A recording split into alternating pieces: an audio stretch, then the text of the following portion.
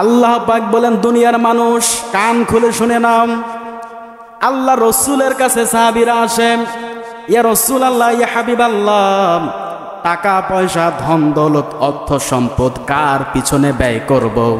আল্লাহ রসুলকে যখন মানুষ এসে এসব সম্পর্কে প্রশ্ন করে জিজ্ঞেস করে, আল্লাহ পাক জিবরাইলের মাধ্যমে আয়াতটি নাজিল করে দিয়েছে, হে নবী, আপনি বলে দেন দুনিয়ার জমিনে টাকা পয়সা ধন দৌলত যদি কেউ খরচ করতে চায়, এক নম্বরে খরচ করা লাগবে তোমাদের মা বাবার জন্য।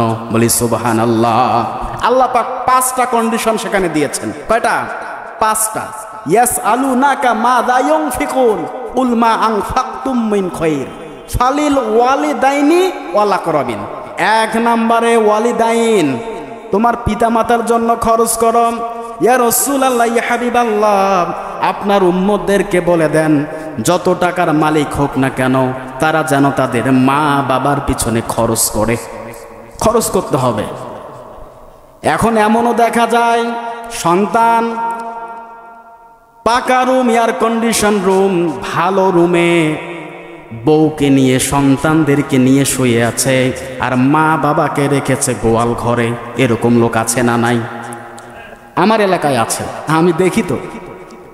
যদি আপনি মা বাবার হক আদায় করতে না পারেন, মক্কা মদিনার ইমামও হতে পারেন, আপনি মুত্তাকি তাকওয়াবান হতে পারবেন না, শেষ, সব শেষ হয়ে যাবে আপনার।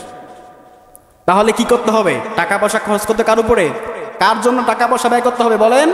মা বাবার জন্য।